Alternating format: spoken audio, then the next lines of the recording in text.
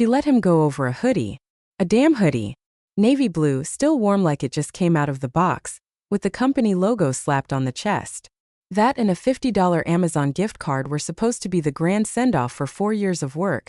The kind of work that kept the whole place from crumbling like a shaky Jenga tower. I watched the whole thing go down from 2 panes of glass away. Her smug little Barbie smile as she handed over his farewell package. And his face? Nothing. Not a flinch. Just gave a single nod, turned, and walked out like he'd already planned every step ahead. No yelling. No slamming doors. No scene. Just gone. Hey, if you're listening to this and haven't hit subscribe yet, now's the time. Seriously. 97% of people don't, and it helps the team way more than you'd think. And yeah, smash that like button if any of this is already hitting a little too close to home. Here's the part no one wanted to say out loud. Graham Holt was the backbone of this entire operation. The quiet guy in the corner with gray at his temples who never spoke unless he had something worth saying. Most people figured he was just middle management. Hell, I did too at first, until I saw how he rebuilt our back-end compliance logs from scratch after the CTO's vanity project nearly got us kicked off a federal vendor list. He didn't yell. Didn't point fingers. Just calmly said, "We'll fix it." And then he did. Every morning. He was in before the lights even turned on. Coffee in hand. Sitting at his keyboard. Watching 6 dashboards before the rest of us had even remembered our login credentials. If your vendor paperwork was running late, Holt had already filed the extension. If your audit flags went off, he'd already scrubbed the logs clean. There was a running joke in finance. If Holt doesn't know about it, it didn't happen. But he never acted like a savior. That's what made him such a quiet threat, because the board barely remembered he existed until they needed him. And then one day, they didn't. When Marshall Grant, our CEO, announced he was taking medical leave, no one lost it. He'd been hinting at it for weeks. What threw everyone off was who he picked to step in. His daughter, Celia. Fresh off a 2-year influencer rebrand and about 6 months of consulting work that looked more like Instagram sponsorships than anything real. Her first message to the whole company on Slack? Glitter gifs and the phrase, "We're gonna glow up together." I swear I felt my soul exit my body. At her first exec sync, she called Holt's compliance update too dense and told him to jazz it up with bullet points and ditch the alphabet soup. He didn't even flinch. Just said, "Understood," and muted his mic. She laughed, tossed out some joke about boomers and binders. That's when I started watching him closer. Every click, every quiet move, every time he copied files into a private archive folder. He wasn't reacting. He was laying groundwork. Like a guy nailing plywood over his windows before a hurricane hits. But even then, I didn't fully get it. Not until that Thursday morning when she called him into her office, pulled the blinds, and 20 minutes later walked out by herself, holding his keycard like a trophy. "We're streamlining," she said to no one in particular. "Time to modernize." I opened my inbox. His calendar? Erased. Shared folders? Gone. It was like he'd never even worked here. Only we all knew that wasn't true. And as for Celia? She had no idea she just yanked the pin out of a live grenade. It all started on a Tuesday. Marshall made the announcement like he was casually reading off the lunch specials. "Due to some unexpected health concerns," he said, voice tight but still polished, "I'll be stepping away temporarily. In the meantime, leadership will transfer to my daughter, Celia Grant, effective immediately." I was halfway through a bitter cup of break room coffee, drinking more out of routine than anything else, and nearly choked on it. Around me, the engineers froze, wide-eyed like someone had just asked them to rebuild the entire infrastructure with glitter glue and good intentions. Celia? The same woman who once thought KPI was a skincare brand? Who tweeted, "Logistics is just adult Tetris"? Nobody said a word, but the silence was so loud it practically hummed. She showed up the next day looking like a contestant on some tech-themed reality show reboot. 5-inch heels clicking like gunshots, hair straightened to perfection, wearing aviators indoors.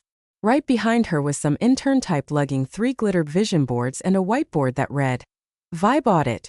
In progress." From across the room, I actually heard the HR director groan. That first executive meeting? A circus. Half TED Talk, half roast session. She kicked things off with a slide titled, A new era of intentional growth and fearless innovation. I swear it could have been ripped straight from a Pinterest board labeled Girl Boss Manifesto. And then she turned to Graham. He was calmly walking her through our Q2 compliance protocols. No drama, just a clear explanation about upcoming regulations and why Marlin Ridge's pre-funding alignment mattered. Midway through his second slide, she cut him off with a loud theatrical yawn and said, "This feels super spreadsheety. Like, no offense, but are we pitching this to real investors or just hiding it in some old guy's file cabinet?" Somebody snorted. I don't know who, and I didn't dare look. I just kept my fingers hovering over the keyboard. Graham didn't react. No scowl. No smirk. Just this quiet, steady look. Like a guy who's already heard the train whistle and knows the wreck is inevitable. He gently closed his laptop, said, "Noted," and leaned back in his chair. Celia smiled like she just scored a win on reality TV. We've got to pivot from process to passion. From metrics to magic. You feel me? He gave her a single nod. That same slow, unreadable nod I'd seen him give vendors who were lying through their teeth. Later that afternoon, I passed him in the hallway. He had a thick folder under one arm and was tapping something out on his phone with his thumb. We didn't say a word. But when he looked up at me, there was something in his eyes like he was already gone. She tried to pretty it up, calling it a streamlining initiative. As if that made it less like torching the place with a vanilla-scented candle. "We need to be lean, mean, and investor sexy," she chirped at the next all-hands, strutting in a power blazer that probably cost more than my monthly rent. Standing just behind her was that smug guy with the rat-like face. Reese, or maybe Reed. Some Ivy League name you want to punch on instinct. Turns out he wasn't just her arm candy. He was the new VP of strategy. Strategy for what, exactly? This guy, Reese, or whatever his name was, once thought Cash Flow Runway was some kind of airport logistics app. That's the level we were dealing with. Within days, he started consolidating systems, which is tech bro code for killing off anything that doesn't come with pastel icons and animated onboarding tutorials. Jira? Gone. The procurement vetting system? Axed. And the compliance tracker Graham had personally built during a federal review crisis 2 years ago? Replaced with a Trello board titled Audit Vibes. I wish I were kidding. The worst part? No one pushed back. Some were scared, some were just confused, but most assumed Graham would quietly fix everything behind the curtain like he always had. Only this time, he didn't. No speeches. No resistance. Just quiet nods, occasional notes, and logging out of systems almost the second Celia logged in. Then came the Series B prep meeting. An overproduced circus complete with catered snacks, mood lighting, color-coded branding decks, and a guest appearance from some tech influencer whose bio read VC Whisperer. It was less strategy session, more TikTok boardroom fantasy. Graham flagged a major compliance issue, the Marlin Ridge clause. It required fully audited vendor traceability before we could access funding. Celia just blinked at him like he was quoting from a different language. "Can we maybe reframe this as part of our agility narrative?" she asked, twisting the cap on her water bottle like she was about to strangle it. "No," Graham said, calm as ever. "It's a fixed requirement. We can't open the data room until it's addressed." Celia leaned back with that tight-lipped Barbie-so grin. "We want to look proactive, not paranoid. Investors respond to confidence, not caveats. Let's not stress them out with too much procedural anxiety." Right then I saw something shift in him. Not frustration. Not surrender. Just a quiet decision. Like a pilot checking dials before pulling the ejection lever. That night, the file trail started vanishing. Access logs showed him moving documents to a private drive.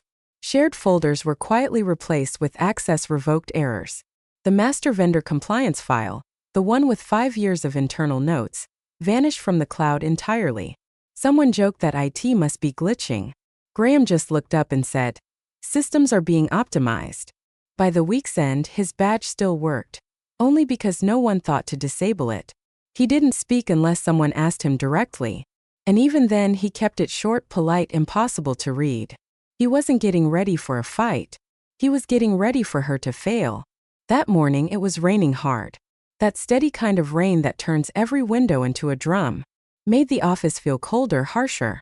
Graham walked in without an umbrella. Just soaked from the shoulders down like the storm didn't matter anymore. He set down his thermos, powered up his terminal, and started logging into each system, one last time. I didn't realize it then, but everything he touched that morning, he was saying goodbye to. At exactly 10:15, a Slack pinged in. "Hey Graham, Celia wants to sync 1:1 real quick. Don't far." No punctuation, of course, because why bother with grammar or decency? He stood up without a word, smoothed the collar of his damp shirt, and walked down the hall like he was going in for a dental x-ray. Calm, measured, just waiting to hear what he already knew. 15 minutes passed, then 20, then 30. When he returned, he wasn't carrying his usual notepad. All he carried was a folded sheet of paper, that navy hoodie with the company logo, and a gift card sleeve flashing that smug Amazon smile. The second I saw it, I knew. We all did. But none of us knew the full story, not yet. That came later, thanks to someone on the design team who leaked what really went down in that conference room. She'd started off with small talk, said the investors were vibing with the new brand direction, and bragged about being featured in Startup Weekly for her fearless reorg leadership. Then she switched gears.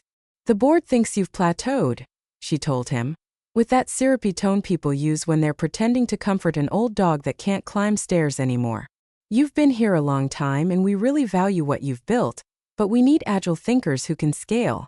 Graham didn't blink, just gave her a nod. That's when she slid a folder across the table. Inside was his termination letter, already signed, already dated, lined up perfectly with the streamlining narrative she'd been spinning in her updates to investors. No bonus, no equity release, no thank you. Just the hoodie and a $50 gift card like he was clocking out of a gas station, not closing out a career. And her final line? "We need people who drive growth, not process." He looked at her 3 full seconds, not angry, not even surprised, just calm, like she was a toddler trying to explain to a wall clock how time should work. Then he stood up, folded the letter neatly into his coat, and picked up the hoodie like it was a souvenir from a theme park he never planned to visit again. No protest, no mic drop, no bitter last words, just silence. By lunchtime, his desk was empty, monitors powered off. Someone in marketing chuckled. "Guess the old guy finally hit his ceiling." But I didn't laugh, because Graham Holt wasn't the kind of guy who hit ceilings. He built them. And the second she handed him that hoodie, I realized something she hadn't. She didn't just let go of a problem. She deleted our only failsafe. And then, like some cosmic joke, it was Tuesday again. Funny how destruction and payback seem to show up on the same day of the week. Celia was strutting through the office, lavender smoothie in one hand, phone in the other, telling someone named Rafe how the Series B pitch deck was finally giving goddess energy. HR was already knee-deep in planning the pre-raise party. The guest list? Longer than our compliance logs ever were. Everyone in the building was buzzing, like we'd already landed the check, like nothing could touch us. Meanwhile, in some quiet corner of the world, Graham's phone lit up. It was a text from Owen Lee, one of the partners at Marlin Ridge Capital. No emojis, no small talk. Just, "I heard something concerning. Can you confirm?" Graham didn't respond with a single word. He opened his encrypted archive, found one specific file, and replied with a loan attachment. Section 12.4. Continuity of named compliance architect. That was all it took. It was a clause nearly everyone had forgotten, buried deep in the Series A covenant. A clause Graham had helped write long before Celia ever walked into our building. The title, named compliance architect, wasn't ceremonial. It was legally bound to our eligibility for preferred equity funding. It was a fail-safe, a backstop, a human checksum written in ink. And right there, in black and white, was the clause that sealed it. Termination of said role without board and investor consent shall be deemed breach of agreement. Result: immediate forfeiture of preferred share eligibility and full investor discretion to suspend disbursement. In plain English, fire Graham without getting Marlin Ridge's blessing, and the whole Series B round goes up in smoke. Graham didn't explain, didn't follow up, just sent the clause and went back to his coffee, casually reviewing quarterly performance trends from a new consulting gig he'd already picked up. I can picture Owen Lee reading that file in stunned silence, flipping through his firm's master term sheet binder until he found the exact same clause, highlighted, initialed, and notarized. That's when the quiet storm began. Internal chats at Marlin Ridge lit up like a switchboard. Legal pings started flying. Someone rang up Marshall, Celia's father, who was supposedly still on leave, but clearly not so out of touch that he missed the part where his daughter just tossed a flare into a room full of gas cans. Whispers started circulating. First subtle, then harder to ignore. The investor Q&A planned for Thursday? Rescheduled. Finance sync? Cancelled. The lawyers? Suddenly stopped using emojis. Inside our office, though, you'd think it was business as usual. Celia was still hosting deck rehearsal meetings with background music, pulled from a Spotify playlist labeled CEO Vibes. Reese had started pitching influencer partnerships to make compliance cool, which honestly made me want to walk into traffic. But I noticed something else that day. A weird, unnatural stillness. Like the building itself knew we were smiling for cameras while standing on thin ice, and the cracks were already spreading beneath us. Graham didn't say a word. Didn't warn anyone. Didn't gloat. He just turned a dial. And the whole machine began to shift. The office was buzzing, but not with real work. With noise. Hype. Celia was in overdrive, pushing what she called the momentum narrative. TechCrunch published a fluff piece on her bold generational leadership. Forbes quoted her saying the company was a rocket ship shedding unnecessary ballast. I assume she meant people like Graham. Slack had turned into a delusion-fueled carnival. Champagne bottle emojis. A bot called RaiseBot counting down to pitch day. A Google form making the rounds for who was bringing what to the post-race party. Someone even ordered Series B cupcakes. I wish I were making that up. Reese was parading the deck around like it was a newborn baby, calling it our masterpiece. And then someone, bless their chaotic little heart, leaked it. It showed up in Graham's inbox on a Thursday morning. No sender name. Just a subject line. Figured you'd want to see what they're building on. Attached was the Series B pitch deck. Polished. Over-designed. Celia's face front and center on the title slide. Followed by pages and pages of buzzword bingo. And buried deep in the appendix like an afterthought were Graham's original models. His risk matrices, vendor lifecycle charts, and the exact waterfall triggers he'd built by hand. No name. No credit. No context. They'd stripped out the author, slapped on pastel gradients, and added one line that actually made my stomach turn. Data provided by internal AI tools. As if his meticulous, human-calculated frameworks were some digital accident produced by a lazy algorithm chasing synergy. Graham didn't message me. Didn't forward it. He just stared at the screen in silence. And then, like a man choosing his breakfast, he opened his calendar and created a single new event. Thursday to name Series B pitch. No room. No invite. No reminders. He wasn't planning to crash it. He wasn't going to tweet. He wasn't planning to leak the clause. Not yet. He wasn't looking to expose anyone, at least not immediately. But he was watching. Because this wasn't about a hoodie anymore. Or a cheap gift card pretending to be severance. They were trying to build their future on a foundation they pretended he hadn't laid. And Celia? She thought she'd buried the architect. She hadn't. She'd just given him the best seat in the house for the demolition. Thursday rolled in with an eerie kind of calm. No fire alarms. No frozen servers. Not even the cursed printer that usually jammed right after lunch. Just silence. Stillness. The kind you feel right before a pressure valve snaps. Marlin Ridge's delegation showed up at 9:46 on the dot. 3 partners in razor-sharp suits, 1 lawyer in heels, and a junior associate who looked like he'd pulled an all-nighter. They were ushered into the glass conference room like visiting royalty, complete with cold brew on tap and those overpriced pastries Celia always insisted on. Our VP of product actually bowed. I wish I was kidding. I stood 3 desks away, pretending to troubleshoot a billing dashboard that hadn't glitched in months. The whole office was on pause. Everyone waiting for confetti or catastrophe. Inside the room, Celia looked like she'd stepped off the cover of Fast Company. Ivory blazer. Hair flawless. Laser pointer gripped like a scepter. That polished smile locked in place, with Reese and the CFO flanking her like 2 interns who'd memorized a pitch deck 5 minutes ago and hoped no one asked questions. Lights dimmed. The pitch began. Slide after slide of brand buzz. Market momentum. Phrases like community-centric velocity. Reese said synergy so often I thought I was having a stroke. But Celia? She was in full performance mode, gushing over growth curves like she'd drawn them herself, rattling off adoption metrics she probably couldn't define if you gave her a whiteboard in an hour. Then came the slide.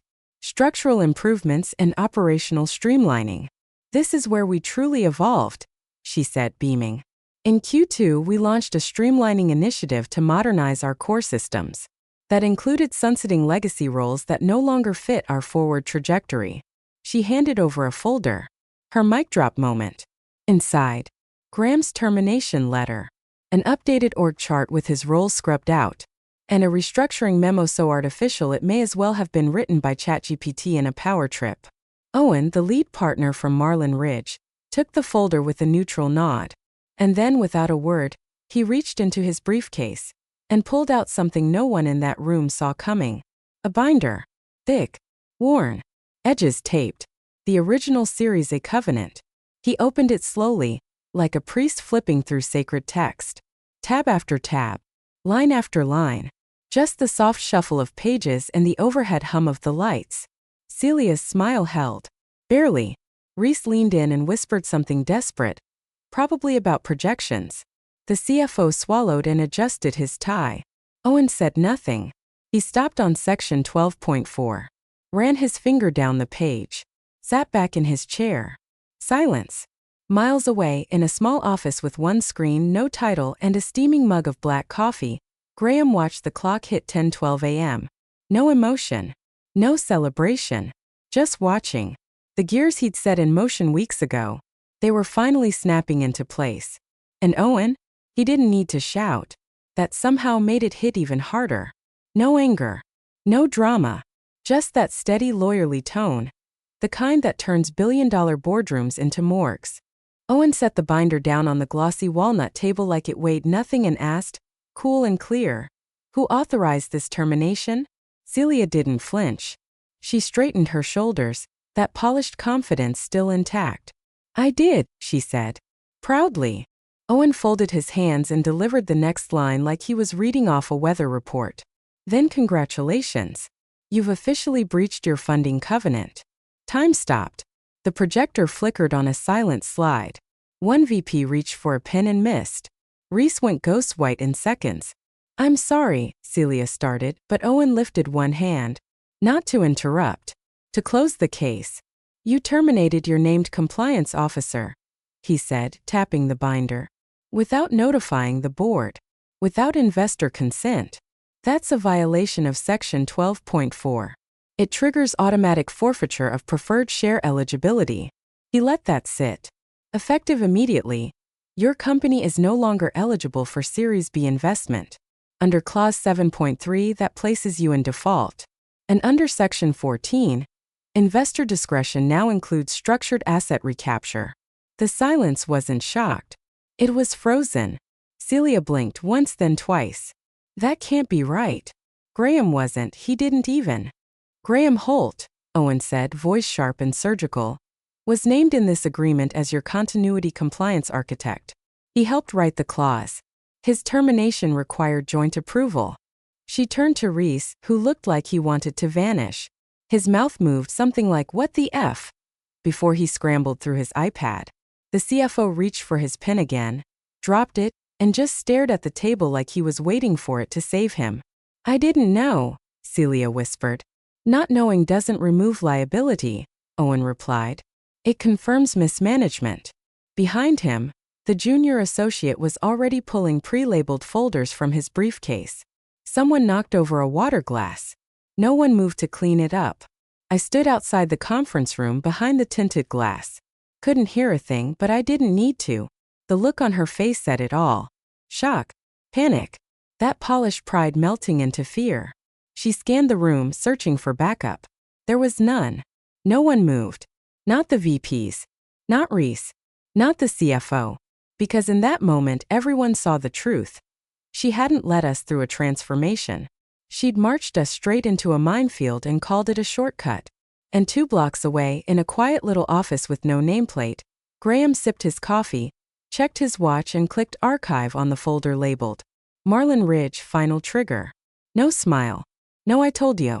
Just closure. 2 weeks. That's all it took for the empire Celia thought she built to collapse like a discount patio set in a hurricane. The press release hit on a Sunday morning. Classic low visibility timing. But the tech blogs got their hands on it anyway. The headline? Series B delayed pending internal review. Corporate sanitized to death. Like someone had cleaned up a crime scene using PR wipes and a thesaurus. No names. No blame. Just a vague line about an ongoing evaluation of operational oversight. Translation. Someone lit the fuse. Now they're trying to count the limbs. By Monday, Celia's face was gone from the company website. Her LinkedIn updated to open to new opportunities. And someone leaked her draft apology email to the board. It had all the hits, phrases like learning experience and communication gap. What it didn't have. Graham's name wasn't in her apology. Not once. That same afternoon, her father, Marshall, announced his permanent retirement. No big send-off. No cake in the break room. Just a politely worded email with a line about cherishing time with family that made half the ops team choke on their coffee. And then came the acquisition. Not a buyout. Not a merger. A structured asset transfer. Marlin Ridge didn't want the team. They didn't care about the brand, the mission statement, or Celia's glow-up vision boards. They wanted the bones, the code base, the architecture, the guts of the machine. So they stripped it clean: compliance frameworks, Graham's risk models, the procurement engine he built from the ground up during the crisis no one else remembers but all of us owe our paychecks to. They left behind the website, the slogans, the digital corpse.